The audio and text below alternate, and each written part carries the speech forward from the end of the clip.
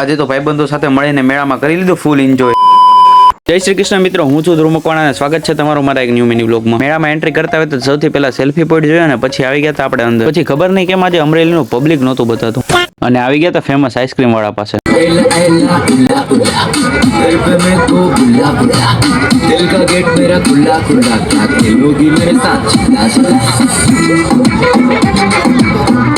અને હા, અહીંયા નાના છોકરાઓ માટે બહુ મસ્ત મસ્ત રાઈડ આવેલી છે, તો નાના ભાઈ બહેનને સાથે લાવવાનું ના ભૂલશો, અને બહુ જ મજા આવશે। અને હા, મારા કલેજાઓ નાના હતા ત્યારે આ ઢીંગલામાં કોણ કોણ બેસેલું છે કમેન્ટ કરીને બતાવો તો જરાક। અને તમારો ભાઈ બહુ જ કન્ફ્યુઝ હતો કે ચકડોળમાં બેસું કે ટોરામાં બેસું। પછી ફાઇનલ ડિસાઈડ કરીને આપણે આવી ગયા ટોરામાં બેસવા। બેસતા હોય તો જેવા વિચાર આવતા હતા કે આખું ચકડોળ આપણી માથે પડ્યું હોય તો શું થાય। અને આપણી સાથે બેસવામાં માહિરભાઈ પણ હતા અને આપણને ઉતરતી વખતે કે ભાઈ આ બધું ગોળ ગોળ કેમ ફરવા મળ્યું।